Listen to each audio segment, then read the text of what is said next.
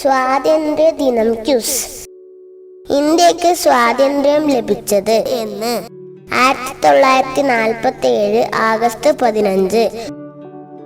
സ്വതന്ത്ര ഇന്ത്യയുടെ ആദ്യത്തെ പ്രധാനമന്ത്രി ജവഹർലാൽ നെഹ്റു. വരിക വരിക സഹചരെ എന്ന ദേശഭക്തി ഗാനം എഴുതിയത് ആരാണ്? അംശി നാരായണ പിള്ള.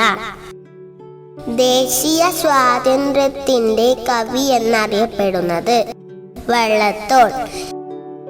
ഇന്ത്യയുടെ ദേശീയ ഗാനം രചിച്ചത് ആര്? രവീന്ദ്രനാഥ ടാഗോർ. ഇന്ത്യൻ ദേശീയ ഗാനം രചിച്ചത് ഏത് ഭാഷയിൽ? ബംഗാളി.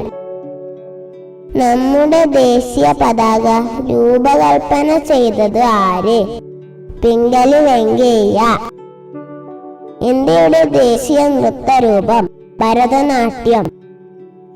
ഇന്ത്യയുടെ ദേശീയ മുദ്ര സിംഹമുദ്ര.